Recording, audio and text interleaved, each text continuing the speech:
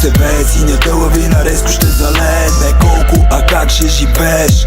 На 28 отиват си без време.